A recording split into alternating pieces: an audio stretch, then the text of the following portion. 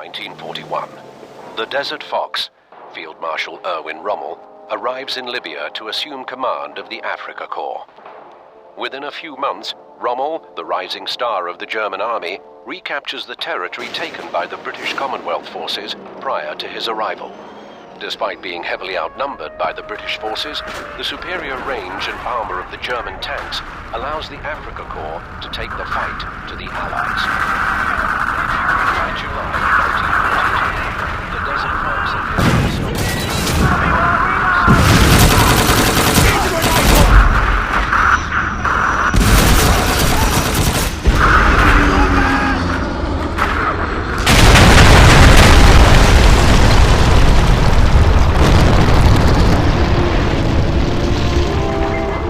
The sequel to IGN's Shooter of the Year for 2003, Call of Duty represents the World War II subgenre of FPSs, a phenomenon that Medal of Honor popularized several years ago, and COD2 proves, like its older brother, that this segment of the market still has legs.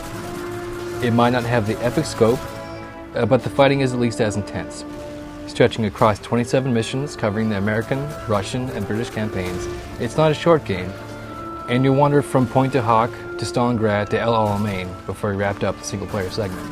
And you'll understand pretty quickly why the game stretches across no fewer than 6 CDs. It looks great and sounds even better.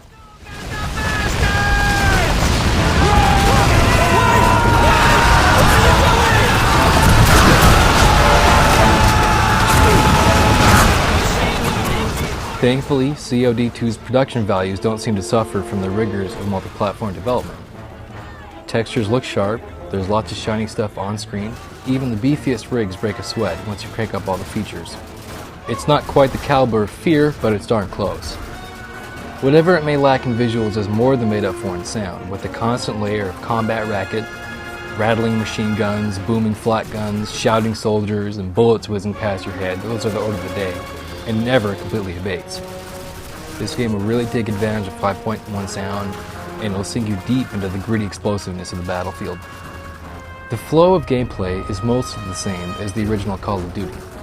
You'll get a progressive list of objectives, wend your way towards the star on your compass, and battle your way through scripted events that lead up to an exhausting but exciting climactic event.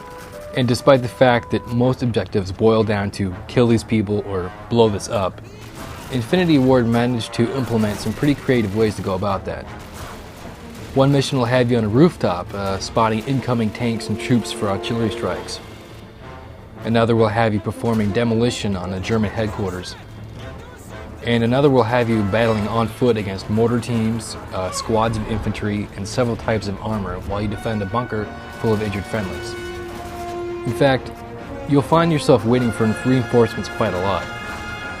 While Infinity Ward has gotten quite good at making these engagements challenging but not aggravating, it does get pretty exhausting after a while, and the timer, while convenient, does pull you out of the moment a little. However, it probably won't pull you out of the moment as much as the health system, which takes a page from the Halo series. Just sit there and hide after taking some damage, and you'll be ready for further punishment in no time. Grenades will still kill you, but you can take all other kinds of punishment, including a sniper bullet through the skull. This isn't possible in higher difficulties, but the default setting does give you quite a lot of breathing room before you have to run and hide.